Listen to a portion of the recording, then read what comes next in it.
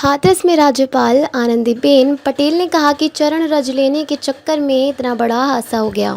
इस तरह के अंधविश्वास में लोगों को नहीं पड़ना चाहिए था। इस तरह का भ्रम फैलाने में गुनाह की श्रेणी में देती हूँ। ऐसे लोगों को खिलाफ कार्यवाही अवश्य होनी चाहिए।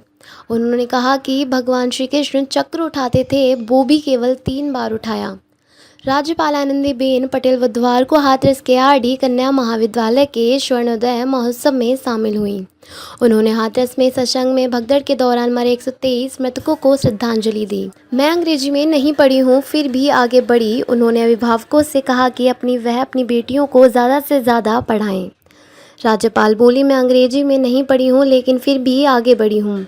बेटियों को अभिभावक ज़्यादा से ज़्यादा पढ़ाएं। उन्होंने यह भी कहा कि यदि बेटियों को नहीं पढ़ाएंगे तो फिर सज़ा का भी प्रावधान है। जब मैं किसी यूनिवर्सिटी में मेडल देने के लिए जाती हूँ तो वहाँ 80% बेटियाँ मेडल पाती हैं और 20% बेटे मेडल पाते हैं।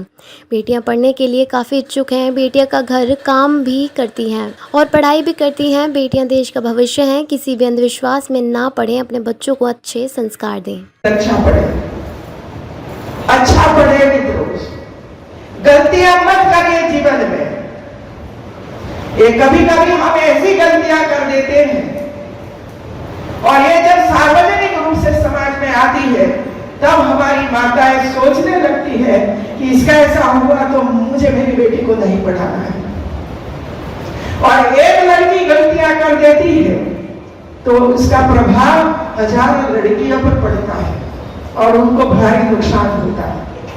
लेकिन आप अपनी बेटियों पर भरोसा करिए, उसको ऐसा संस्कार दीजिए कि उसको कोई अन्य गलत विचार ही न आए, कोई विचार न आए।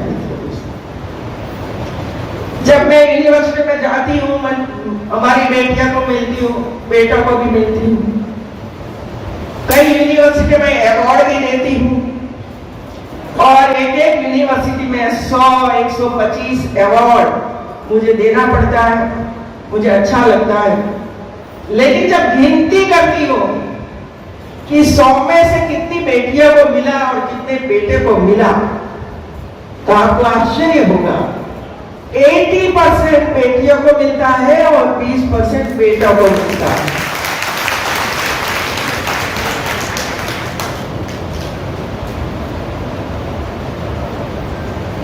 अब सोचिए, सभी यूनिवर्सिटी का वही हाल है।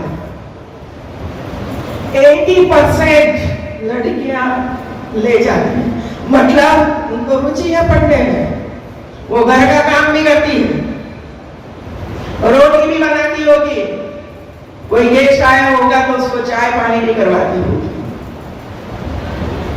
बेटा क्या करता है? आपके साथ काम धंधा में आता है?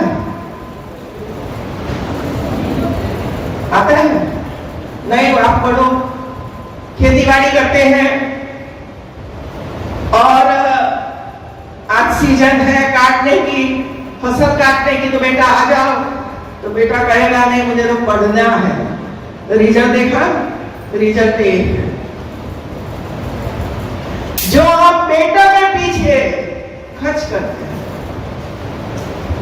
मैंने ये भी देखा कि जब मैं स्कूलों में जाती हूँ, स्कूलों में बेटियां छात्र छात्राएं बैठते हैं, जब इसकी संख्या देखती और पूछती हूँ कि लड़कों की संख्या कम क्यों है और लड़कियों की संख्या ज्यादा क्यों है,